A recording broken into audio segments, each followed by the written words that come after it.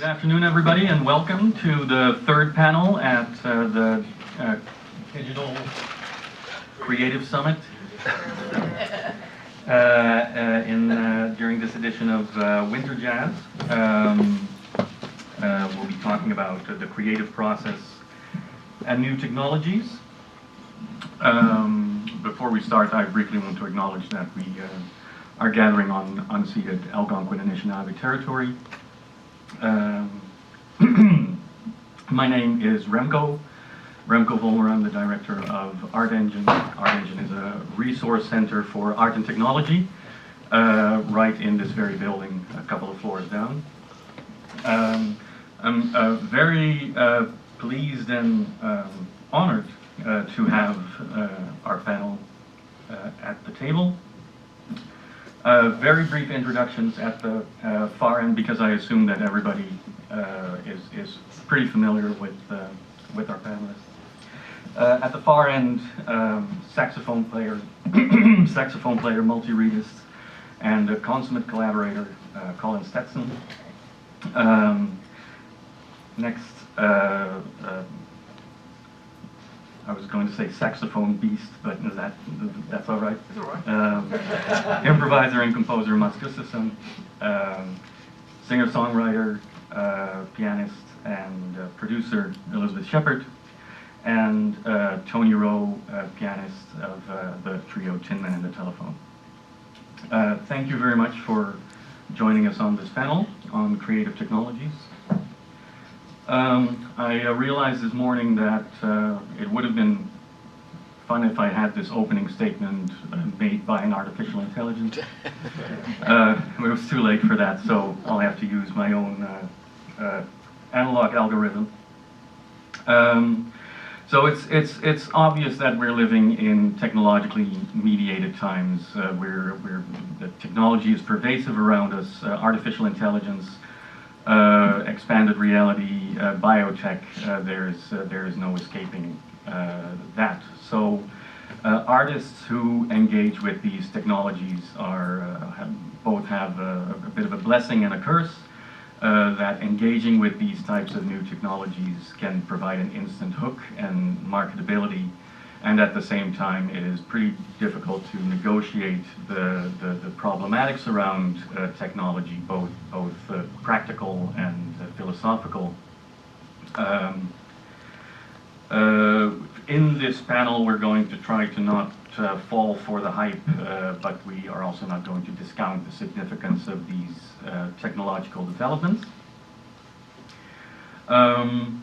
And we're going to mostly try to look at what these new technological developments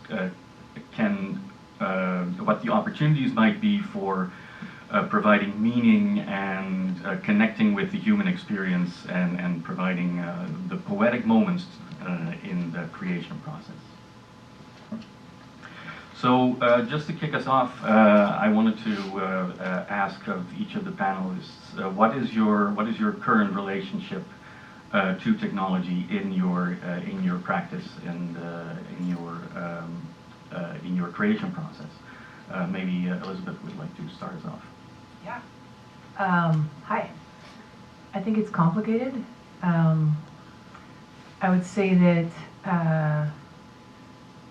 I started out writing songs probably 20 years ago, and it was just sort of a pure thing. Maybe that's the wrong word, but just based in experience and simple wordsmith. And when I got tired of the navel gazing, I decided to supplement some of the creative spark elsewhere, so outside of myself. And technology, I guess, would be where I look to, and that's sort of a point at which it started to come in. Yeah, I mean, I have to parenthetically say that I feel kind of underqualified to talk about technology, because I feel like a bit of a Luddite, close, and being able to refer back to it, both for inspiration for a song, but also for actual, quite literal musical material. So taking a sample of someone speaking, having that be either a lyrical component or even a melodic component. And so that was sort of the beginning of, I guess, flirtations with technology as a creative spark. And it just sort of went from there. I feel like there's so many ways to enter this, so I'll just go with this for now. And then this last project I did was really the opposite of navel gazing, and it was really trying to connect with people. I think I'm a mom of two, so my memory is like a sieve. And so I think it was David Byrne who wrote about how architecture has informed music. And so, you know, back when you had Gregorian chant and music being informed, the music being made to fill that space. And right down to now we have the earbud, which is sort of like where music is being consumed and understood. And so I wanted to use that earbud as a starting point for this latest project. So making, how long do I go for right now? Because like, yeah, just hook me. If you, we can definitely come back to the project if you Specifically, okay. There's like a little portal of entry there, and then I could go at length about the project. So let's go. Well, we can. Well, I think it's a great project to talk around. So we can come back to that and later on in the conversation. Mats, how does that play out for you? Well, I'm not so interested in technology. I'm interested in the creative process, and whatever tool I find to make it work is good.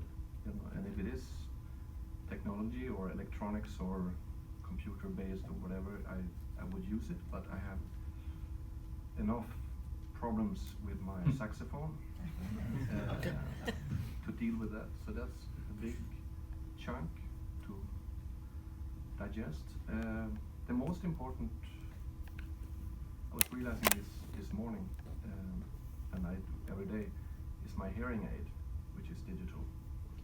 That is very important to me, and that's part of my process. Yeah.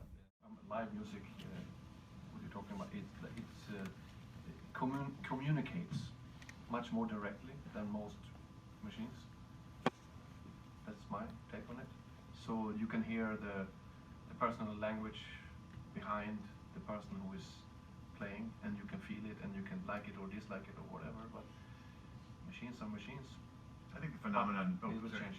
It will change. Yeah. I was just definitely has informed the whole arc of my solo career as I started writing music entirely acoustically for the instruments, and as I started to be able to access bigger and bigger spaces and the bigger and bigger sound systems.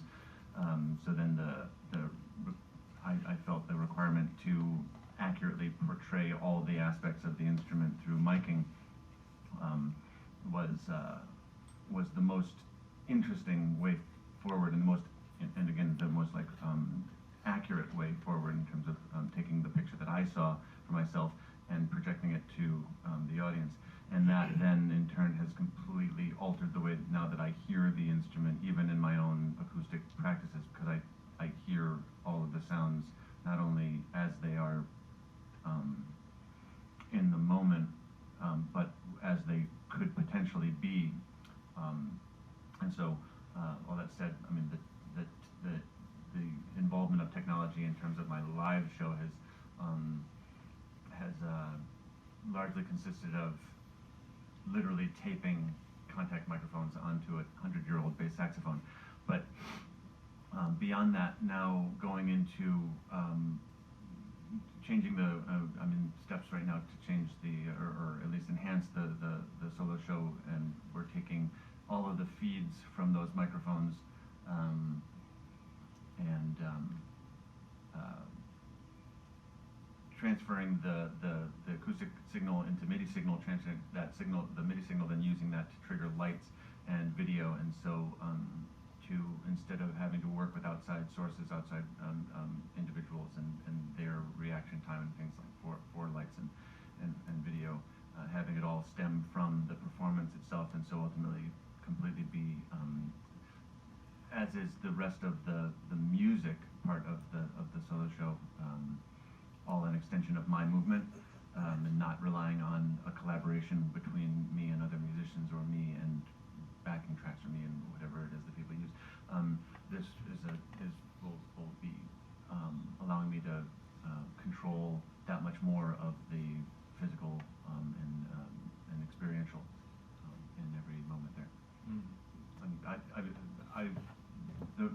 the crux, the thrust of my technological involvement now in music comes in the form of my scoring work, because I do tend to do much more processing and things in that place, in that domain, but not so much in, but that's about the extent of it in the solo realm.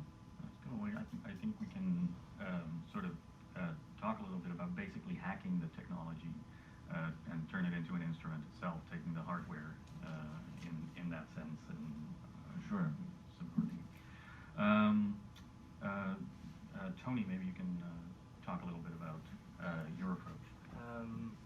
I can relate to what Colin was saying. I'm using a device on the piano that transforms everything I do into MIDI, and from that I can indeed control everything as you said, and you keep the music and the technology all in one place, and that I kind of like that.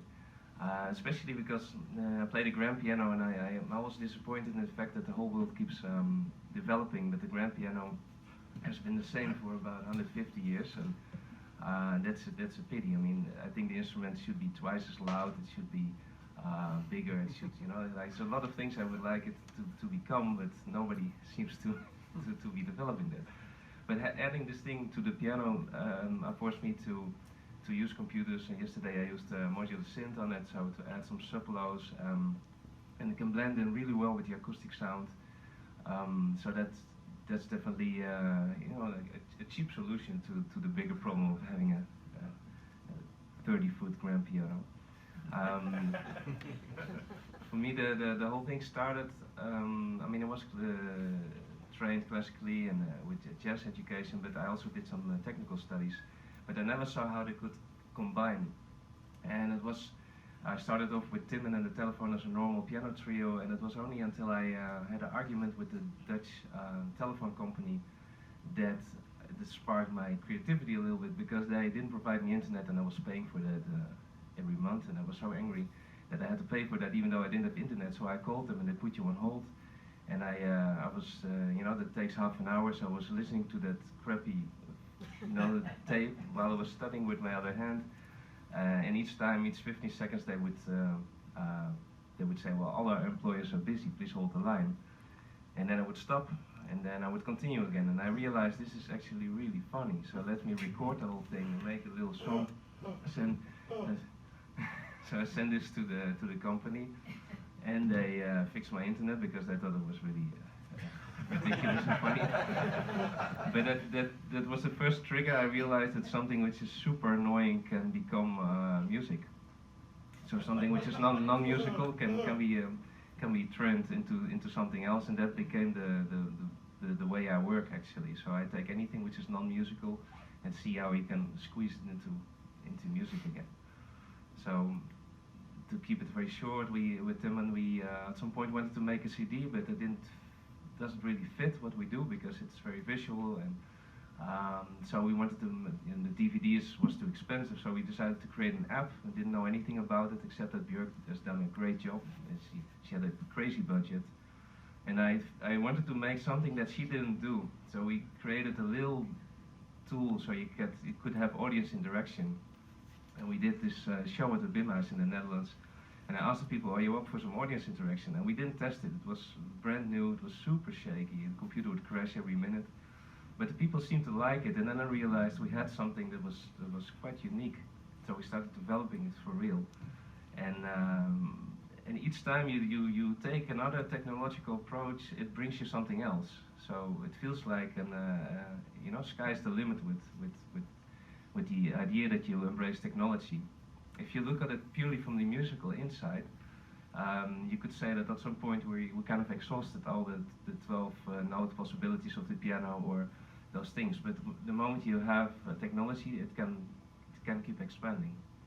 But, yeah, excuse me for my English and enjoying my the high point of my jet lag.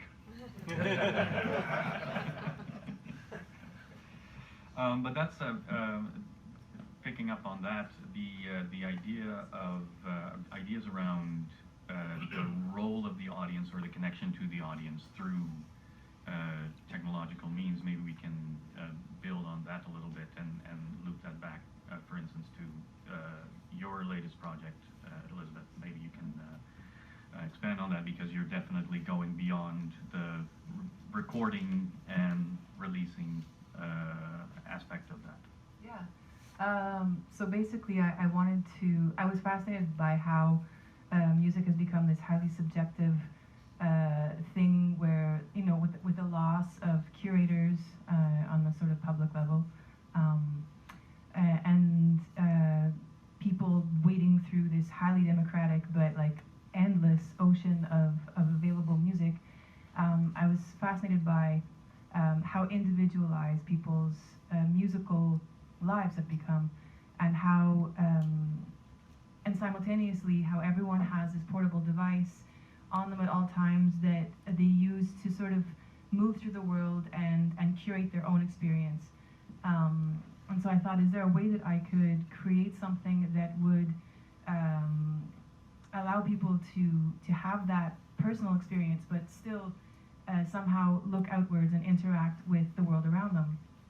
And so I decided to write a series of songs about the city of Montreal, which allowed me an opportunity to just talk to people and like complete strangers, which I thought was a great, super fun thing to begin with.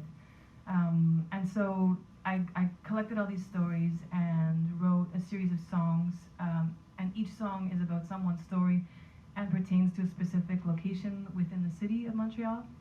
And then I put them in order and made sure that the songs would be long enough that you could actually walk this trajectory in real time, and as you're moving from one location to the next, that the music would change with you, so that if you're doing this walk, you're listening in your own little private personal bubble and having your own set of experiences, but what's going on in song is informing you about what's around you, the spaces, the history, the buildings, the square, and just that was my way of sort of using technology to connect, while still respecting the sort of highly personal experience that is, you know, consuming music in your own bubble. So yeah, that's sort of where I went with that project. And then you know, I thought in the live setting it would be nice to have, for people who can't go to Montreal, if there could be a series of films that would, you know, inform, you know, some of that experience for them. And I was really dreaming big. Like, I was thinking I would love to do an interactive app where people could, you know, just walk instead of having to look at a map and like chart it out ahead of time. Could walk and then be told, like, in a variety of languages, you know, go this direction now, go this direction. And I talk to people. I don't have anyone in my circle who's particularly proficient with that, and they quoted an exorbitant amount of money. So the app is on hold, because I guess to have those kinds of geolocators is insane. They said it would be like $50,000. So I was like, okay, maybe not this time. Yeah. That's the whole idea of app development and ways of developing music in that particular format. You already mentioned Björk, the Biophilia album, but Brian Eno, for instance, also produced for not sure if it's his latest, but Reflection, a recent album where there's a physical format and a finite format to the piece, but then the app continues to go through a generative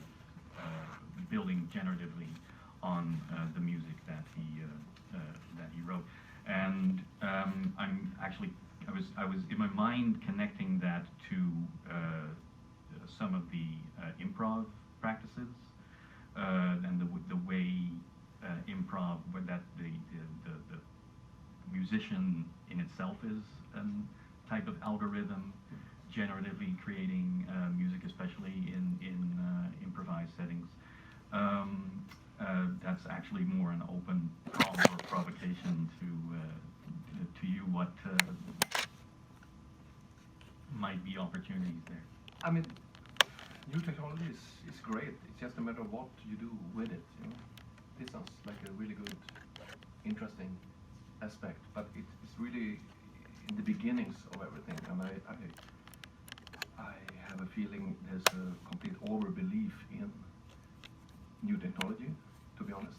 I mean, I saw this Laurie Anderson made this virtual reality piece, which is like pretty advanced and spectacular. You sit and you travel around, you fly around, and there's music.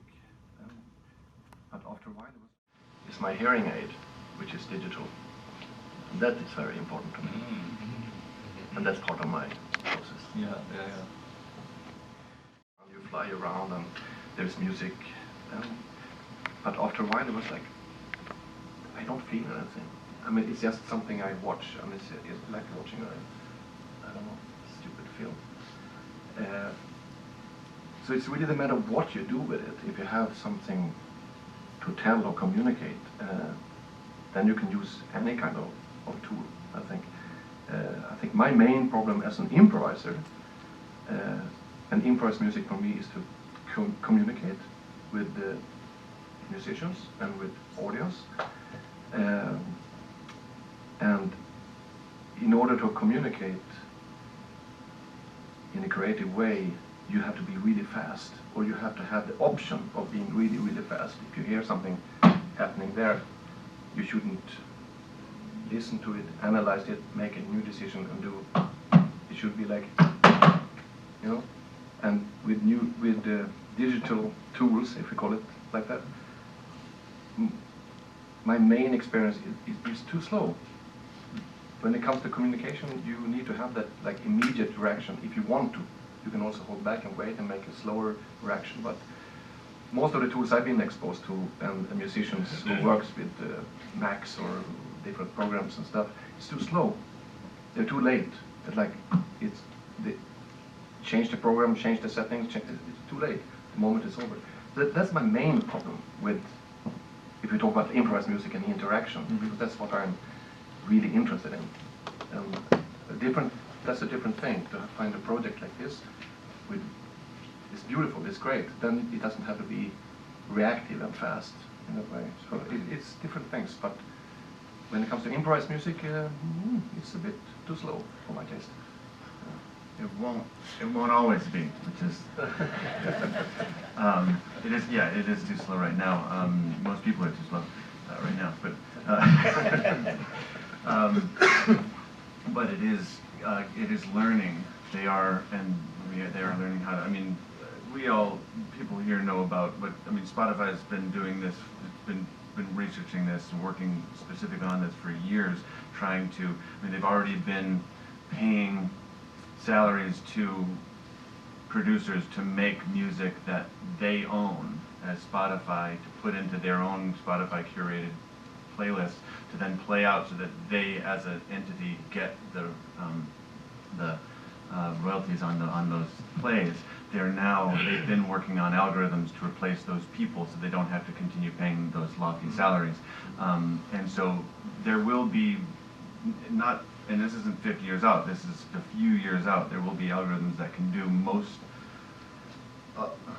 not most things, a lot of things they can do. They'll be able to do a lot of what what we're using for workout music, what we're using for ambient, chill music. They'll be able to do a lot of what inhabits a lot of the kind of lower budget film scoring and TV scoring.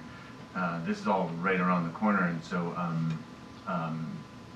not to go so gloom and doom so quickly. But I think a large part of my relationship to technology these days is not only how to use it to enhance what it is that I do organically and as a thinking, feeling animal, but also how to make sure that the fact that I am a thinking, feeling animal keeps me working, because they're gonna, if you're doing something that is very easily replicated by the AI, then your job is gone in 5 years.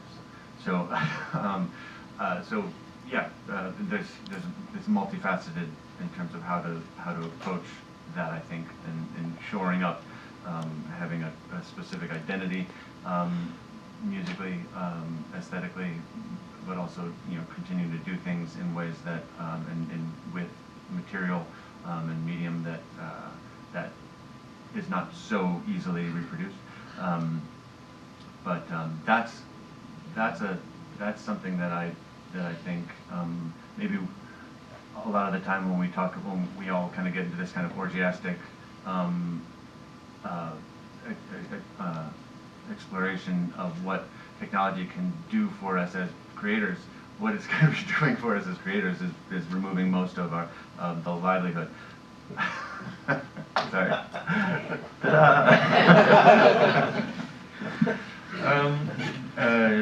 That's definitely and similar to, or not dissimilar in any case, when design programs, design software came out, and it was like now everybody is a designer and you don't need dedicated designers anymore. But well, not to say that there won't be people who are still, but they will be paid far, far less, and there will be fewer avenues for that. I mean, that's what the arc that it is. Yeah, it's already not, the life of an artist is precarious enough as it is. The amazing, I'm sorry to interrupt, but the amazing irony there is that right now we keep on getting told like this is the golden age of music, which I just find so absurd. If in terms of golden age you mean like the most participation in the medium of producing music, and sure, yeah, there's more people in it than ever before, not making any money. Which is just it is a weird phenomenon. We made it so cheap to become creators, but then we also as a society have decided to pour, and it isn't just the fact of AI, it's also the fact that the way that people, their purchasing power, the way that they focus that tends to be all in these bright spots, because that's how the internet, there really are only a few rooms that people go to. It is this vast space that can seemingly, I mean, it has rooms and valleys and peaks and all over, but there are really only a few places that everybody goes to because they come in and it's a terrifying expanse, and what are you going to do? You're going to go and search all those. I mean, some people do. Most people just look for the bright spots and go to where everybody else is. And so there's enormous amounts of wealth around those bright spots. This is getting really dark really quick. Go to somebody else. Well, I would like to come back to that idea of sort of that relationship to who owns the technology and who controls the technology, and how does that feed back to the actual creators that they are dependent on. But Tony, how do you see that relationship? Yeah, I wanted to say something about the previous thing, if that's okay. Yeah.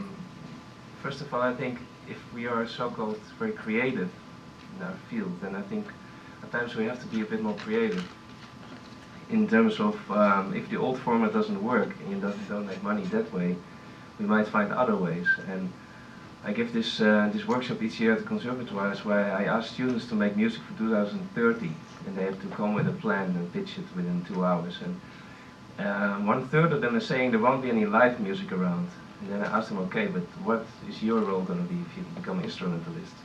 And very, very interesting projects come out of this. And also to monetize it, you know, just it would be coming a long day if I would explain all of it. But I think what is lacking in the music world is a substantial budget for innovation. And technologies and medical industries, and they all have that. But in music, we kind of keep defending what we have. And of course, yeah, if you look around and whenever I open Facebook, I get all the ads for new software that can do everything and put all the chords. If you don't know what chord to play, it will put it for you. And I find it terrible because we're all moving towards, let's say, a 2-chord maximum song and the 1/4 beat, which we already achieved. Yeah, so it's not a 4/4 beat, it's the 1/4 beat bar. And that's very sad, but at the same time, if we are that creative, then I think it's up to us to change a little bit those things. And I cannot blame the software developers to create something which a lot of people with no musical knowledge kind of get attracted to. So that's one thing. And also, technology might be, let's say, unresponsive but not fast enough. At the same time, I think it's fairly new, but we have to practice a lot with it. So what I do with my band is just one way of dealing with it. If I had more time and money, I would start 5 other bands using different approaches. But we all studied for years and years, let's say, on jazz standards, and we all know how to do that. But we haven't figured out, you know, collectively a way to play faster with interaction, with technology. And I think this is very well possible, and I don't experience this latency, honestly, also with reaction time. And that has to do a lot with coding. And if you would have the budget to get all these great coders with you, I don't think there would be any problem there, honestly. But that has often to do with money. What was the other question again? No, nothing yet. I'm reminded of artist Holly Herndon recently released an album. It's called Proto, where she trained an algorithm on her own voice and had it be part of a choir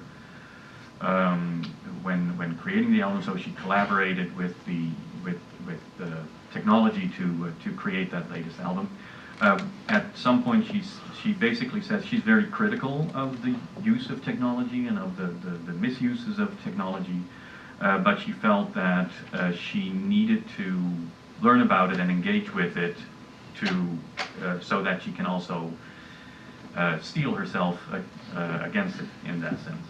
So rather than to move away from it, to sort of turn around and dive into it in order to sort of see what's coming and bend it to what she may want it to do. Maybe, and if I can add to that, I also see that as a responsibility, because if you're doing pioneering work, then you can still use the technology in the way you like, instead of having other companies decide that you have to create the 1/4 beat song. So I think in that sense, it's up to people like us or you to be on the frontiers of that and to make sure that you can use the technology the way you like. Yeah, to clarify, I certainly don't see it as a villain. I see it as something that we all, as creators, need to be very, very well aware of, and really honest with children, with everyone who's getting into the industry, people who are creating on. I mean, there are lots of different kinds of creators. There are people who are doing more trades work, more, you know, doing a lot of content for film, or they're doing things that are you know, so there's a lot of different ways to approach it. I think that the key probably for me is to emphasize and I've had a lot of people coming up to me, younger people, you know, in college and fresh out over the past few years, and a sentiment that is echoed more and more, and I think this is a result of them being children of an age where they can, if they want to know anything, they simply can type it in and they instantly know it, and it is a completely different thing than what how I grew up and they come to me with questions. I remember there was one, still my favorite. He emailed me a week before I had a show in New York, and he said, "How do you do X, Y, Z?" All these things, these aspects of playing my music that had taken me. I've been playing, you know, the horn for 35 years, and so he asked me how to do these things, and I said, okay, well, I mean, this is going to be a really, wonky answer, but here's this long paragraph saying this is technically how you get this done. But key is just like, here's ways of practicing these things. Just do it every day. Make sure that you chart your progress over the course of weeks, months, and years, and then you will start to see progress. The next week, I was at the merch table after a show in New York, and a kid comes up to me and he said, "Hi, I'm the guy who emailed you last week." And I said, "Great." And he said, "Well, thanks so much for answering my question, but I think you told me wrong, because I tried it and it didn't work." And so fucking offended. But at the same time, it's just an acknowledgement of no, there's nothing. He didn't do anything wrong. He's simply that's his understanding of the world, and I feel like it's the humanity is the thing that's going to win out. And like you were speaking about, like the creativity that's inherent in the person that can't necessarily. There's going to be these increasingly harder to get at creative spaces that can't be modeled by the AI, that cannot be replaced. And so those are the spaces that we're going to find ourselves going into, and it's going to be fascinating. But it is something that we need to actively do. And so that's all I was trying to say. Really. Yeah, absolutely. And with those machines that Google develops, for instance, to play chess or Go, or even video games at the moment, where they the AI consistently or fairly consistently beats human players, but an AI combined with a human player consistently beats the AI in turn. So there is a really interesting sort of way of thinking about that when suddenly the AI gets augmented with the person, and that creates the superior experience or performance. The key thing for me is like a creative process, or to build up your own music, to your own language, because I think it's a lot to you build up your own technique, your own sounds, and your way of playing the instrument, and it's a lifelong process for a reason, because it takes time to develop things, it takes time to rethink them and redo them, go deeper, go left, go right, forward, back. I mean, and technology can help, of course, but the creative process in itself is always me and my personal language and what I communicate with musicians and with the audience, and that's enough for me. You know? Well, in the end, it is about the human experience, and maybe this is a way of talking about the sort of the role of spontaneity in the creative process. It is an extremely interesting time. I mean, I'm not against at all in any sense. It's just we are in the beginning, and it will go much faster than we ever can think. I believe, that we can't avoid it, but it's just a matter of what we do with it. That's really the key, and what we like to communicate in our music. The tools, I don't care. Whatever tool you use, it's okay. If I like it or not. If I don't like it, I don't like it.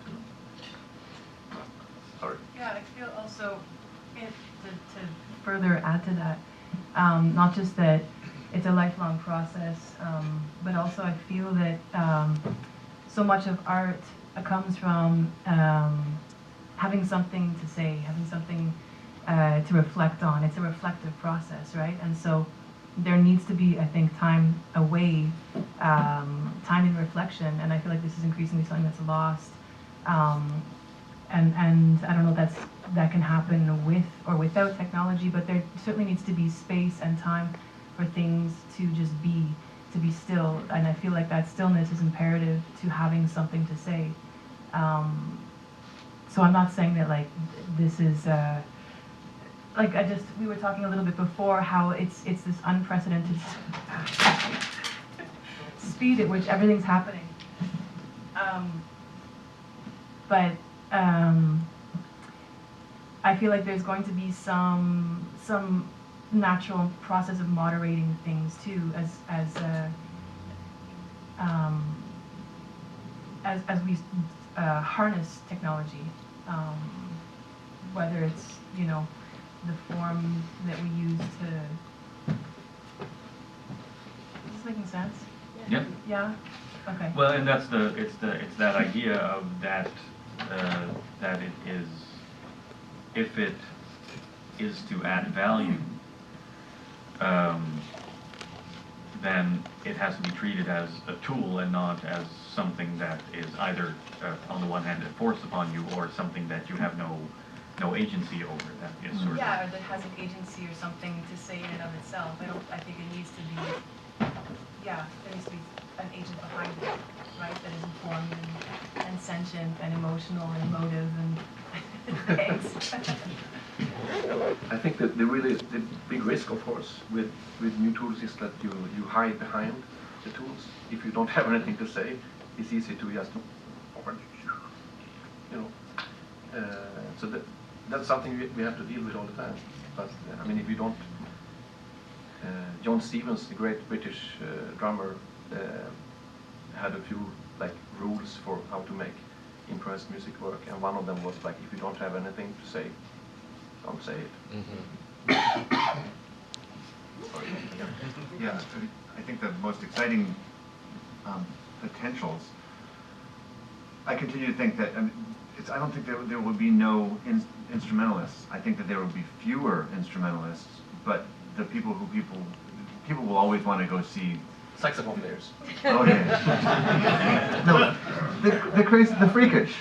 Like we're always going to want to go see the freakishly imbued. You know, the people who developed the thing, who can do something that nobody else can do, and do it in a way that is absolutely particular. And within a second, you know that it just calls of a personality and a character and aesthetic. That's always going to be a thing. I think the thing that's fascinating with regard to technology being part of that is that someone potentially could come up not as someone who is more like Maserai, where we are people whose virtuosity was established before, and now we are, you know, in a sense, I guess, merging with technological uses, but somebody who actually came up completely seamlessly, where their instrument is more like it could be like the absolute like seamless merging of a lifelong practice on a particular conventional instrument fused with some sort of technological mishmash of their own design, and that could then create some kind of sound and music maker that only they can wield. That would be that is what I'm hopeful of, and I imagine is what we're going to what will be the bright spots to come, like in your 2030 scenarios. Yeah. I think what you say, the word design is actually key in this, Yeah, because yeah. if you look from a design perspective, you can say, what is there a problem that you want to solve? And technology might help in this. So let's say you want to reach another audience, or you want to have different type of interaction. In my case, it was, for example, I want to improvise, but I feel like I get stuck in certain things, so I want an input from outside. And I have been doing that first by just all kind of computer stuff, but now I want the audience to give me input. So whatever they give me, then I'm kind of forced to play with that. So then the technology, such app technology, comes in handy, because people have these things, and we created a story around it, so there's kind of a reason for people to participate. But then you get really weird input, and it's a lot of fun, and people are having fun, but the core idea, and that's I think the most important is that it challenges our musicianship. And sometimes going great, sometimes not going great, but this is where I believe you have to practice, right? And I think 5 years is going to be really awesome. But in the meantime, I do want to do that experiment and keep doing lots of shows to see how can the audience be engaged well. Me at the same time being challenged to become a different type of musician. So I see that as a little design problem, which is very easy then to write down. Okay, we have these and these things to solve, and how can technology play a role in that? And there's so many other options to think of, and in that sense, it's highly exciting times. Yes.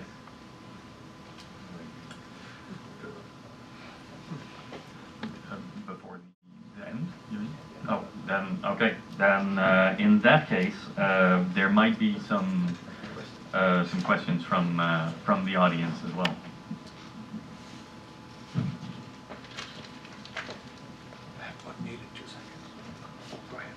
Thanks. Picking up, Elizabeth, what you were saying about sort of harnessing the technology, and Mats, I think what you were talking about in terms of not hiding behind the technology and having something real to say. I'm sort of intrigued because, like, in your performance last night, Mats, I just technically had no idea how you were generating the sounds you were sort of electronically. And Tony, with your show last night, same thing. I mean, I've looked at the rig that you had set up on the acoustic piano, and I just have no understanding of any of those things. But I have a sense that the possibilities are nearly endless. So I'm sort of interested from a creative compositional standpoint, how do you ensure that you aren't just hiding behind sound? How do you know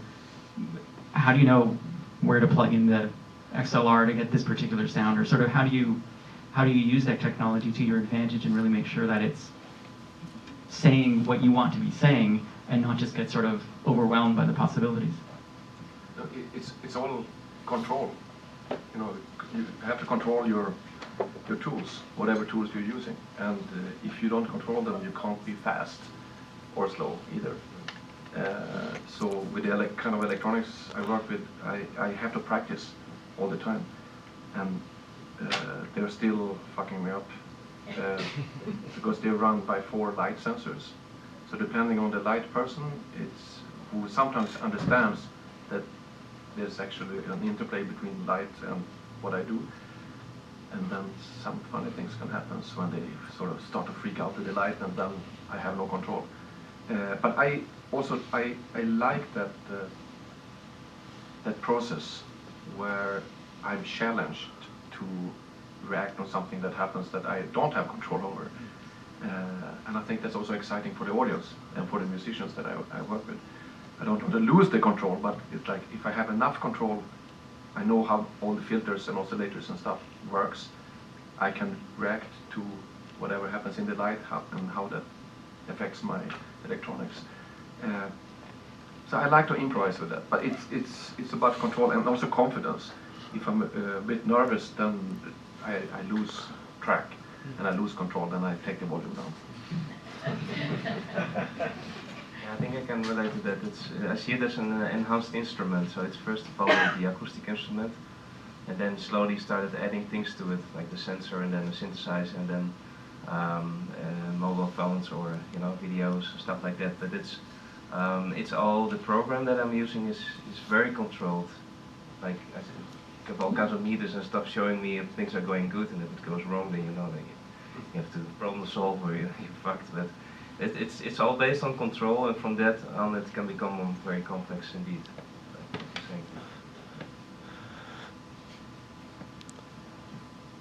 Any other questions? I mean, maybe I can add to that. I'm on a weekly basis improving the system I have with a software programmer. And for example, yesterday was something weird going on, and it was because of an update I requested 3 days ago, and apparently that was a bit complex, and something went wrong. So I already texted him this morning, and he's like, "Fuck, shit! I knew this was gonna happen." And so you keep on developing. It's unlike the piano, which has been finished a long time ago. This is an instrument that keeps on building, and that's why I always encourage people that my students that get frustrated when the first gig goes wrong. I'll tell them, "Oh, that'll go wrong for 300 times." But once you're onto something, it becomes an instrument. And it's also beautiful when you start actually having the feeling that the mistakes are your friend. Yeah. For me, that was like the complete eye opener and ear opener when I understood that was actually the key of developing my musical language. If I could control my mistakes and develop them, take them deeper, it's no problem. And it's always there's always mistakes happening. You know, it should be. You know, and that's how we hopefully learn as human beings. We learn by the mistakes, not by what we do right. Exactly. Yeah. Because what you do right, you've already done. And the mistakes usually are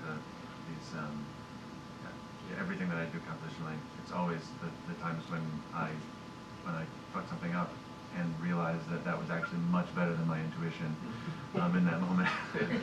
and then that becomes the thing that becomes my intuition going forward, and then there'll be some future mistake. Makes sense.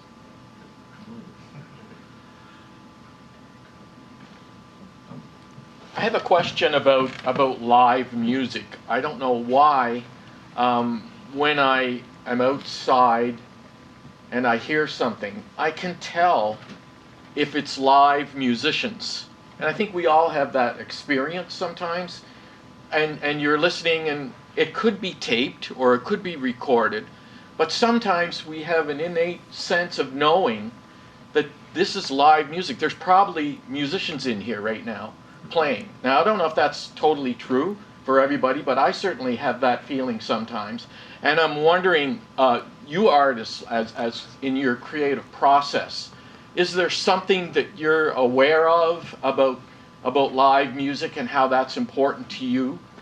Because I see a bit of a disconnect for electronic and computerized music, and personally, I don't like it that much. I like live music, and you're talking about like the acoustic piano, and Colin, when you play your saxophone, what I like is the humanity that you're talking about, and I can hear that right away, and I can watch you, and like you were saying, it's amazing that these musicians can do what they do.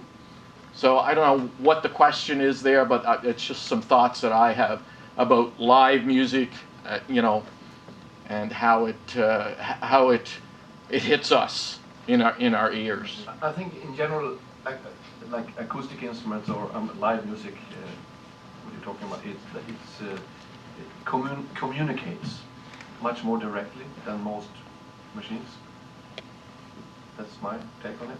So you can hear the personal language behind the person who is playing, and you can feel it, and you can like it or dislike it or whatever. But machines are machines. I think the phenomenon. It will sorry. change. It will change. Yeah. I was just to speak to the phenomenon you're talking about, where you walk by a bar and you know that it's not just being played through their speakers, but it is actually a group. I think that's just a basic, just biological. Like it's a spatial intuition. You know when sounds are coming from multiple sources in a room, and when they're not coming from one. And I think that's something that electronic music and electronically produced music can learn from, and we can actually. I would be instead of mixing everything stereo, coming up with arrays that were of speakers and at various sizes and frequency ranges and responses that were much more varied for a live setup. Just it would be so much more interesting sonically, and it would get closer to that to that humanity, to the more organic, the more natural, because it inhabited a space more or less like we have done. And if you could do something where those things actually move physically as well, so that the sound sources aren't then you'd be getting it. You'd be getting at a place where we might even be able to trick you as you walk by the bar. There's this 4D sound system. Yes, exactly. Yeah. They can do Yeah. that. Uh-huh. But it's extremely expensive. It's extremely still. expensive. When it becomes affordable, it's great. Yeah. There's a lot to do there, I think. I mean, That's my- crappy sound systems are crappy sound systems.